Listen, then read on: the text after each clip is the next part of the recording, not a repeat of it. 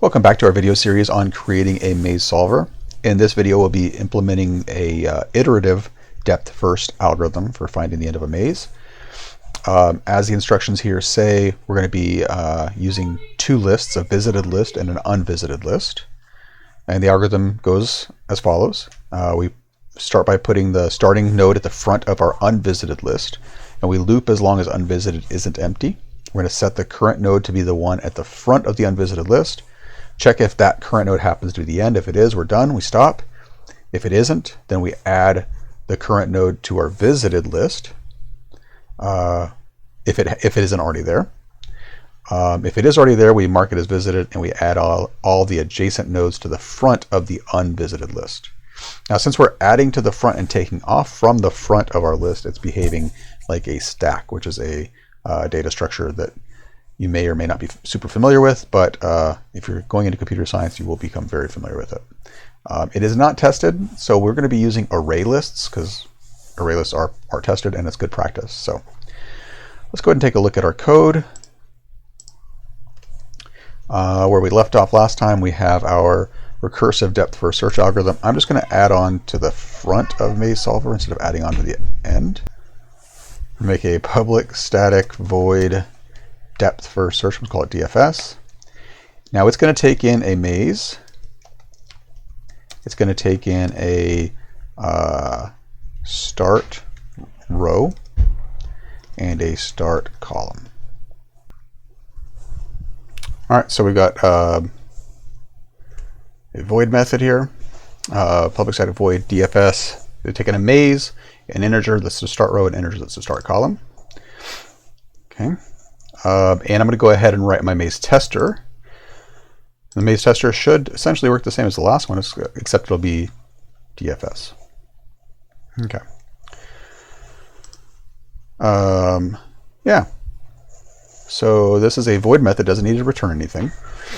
So according to the algorithm, the first thing we want to do is we want to get the starting position essentially and add that to a unvisited array list. So let's start by making that. We're going to make an array list of nodes called visited. Equals a new array list of node. Okay, and we're going to do the same thing. We're going to make an array list of nodes called unvisited.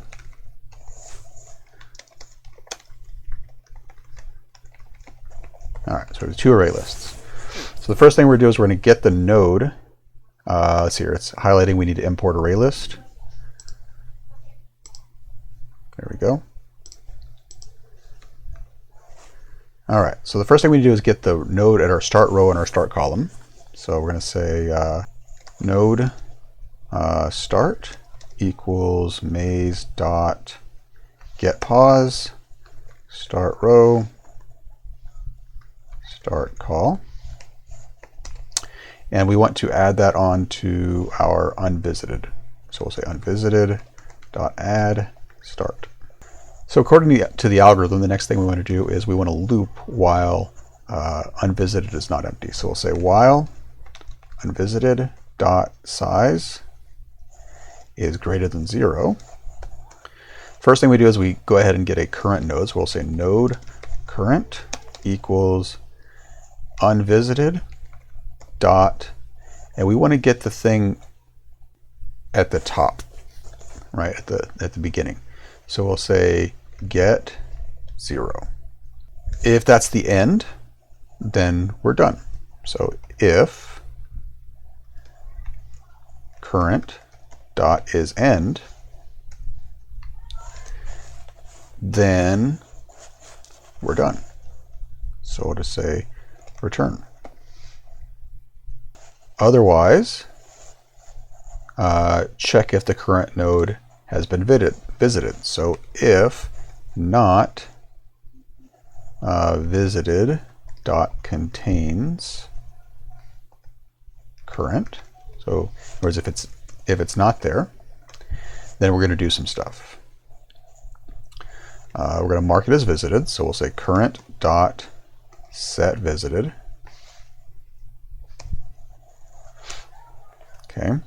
we're going to add visited current to our visited array list. So we'll say visited.add current. Now remember, we actually wanted to take unvisited from our take current from our unvisited. So instead of get here, I'm actually going to say remove.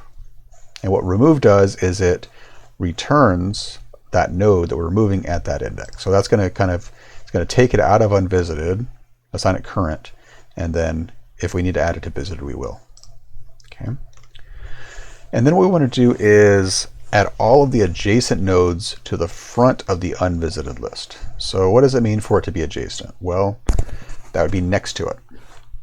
So there's 4 directions, right? And we want to add them. Remember, this is a stack. So the last one that goes on is the first one that's going to come off. So we want to kind of add them in like a reverse order. Okay. So we're going to add, the first one will come off is down.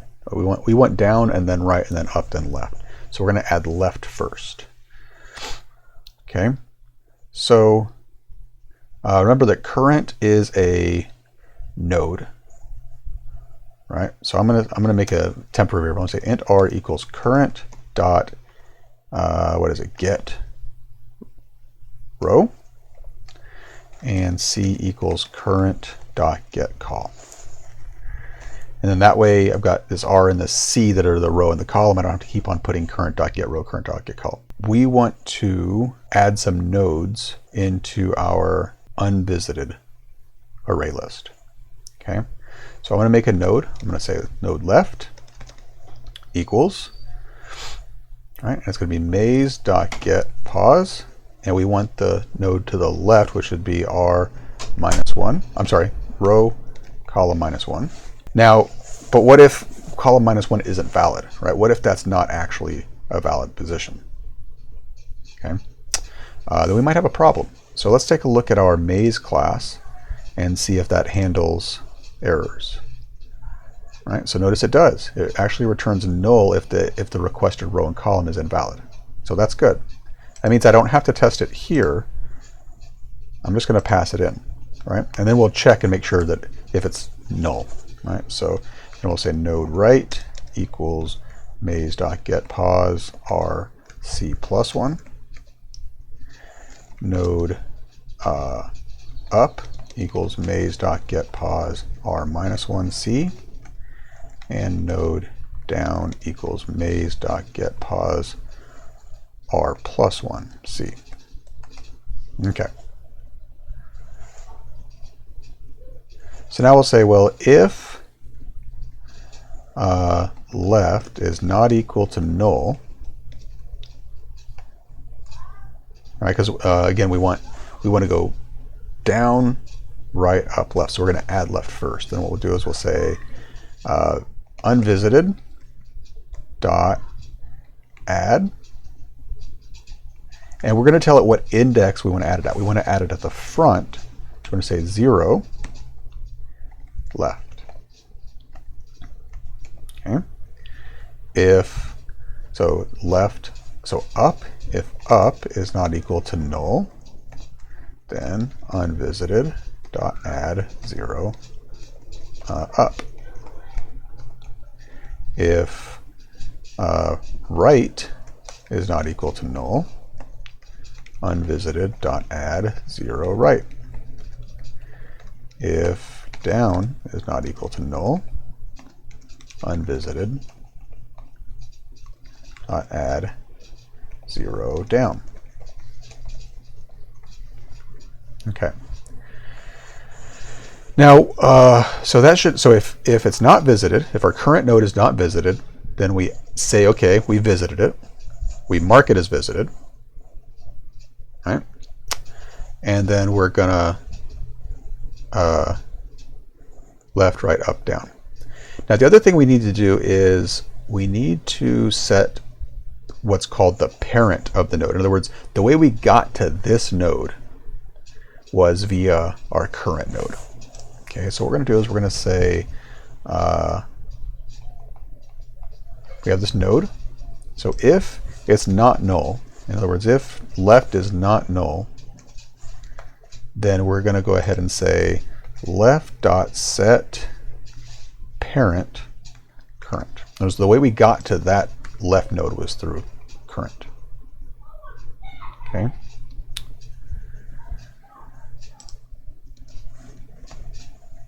Do the same thing here.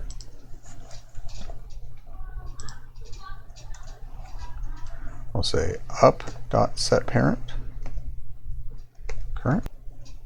Okay. Do the same thing for all of these, in fact. So.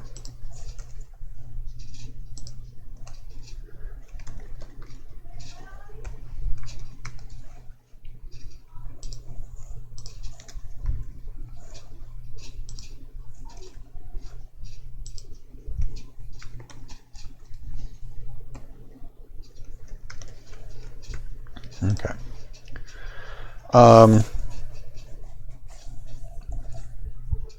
One more thing we need to check, it just occurred to me, is in addition to making sure that it hasn't been visited, we also need to make sure that current is actually a valid position,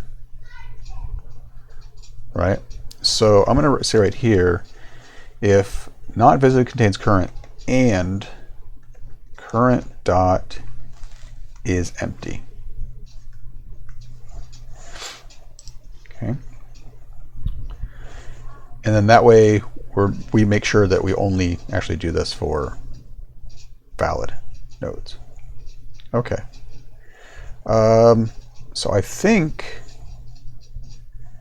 because we have it checking current being end and we're removing and all this, and this is inside of a loop.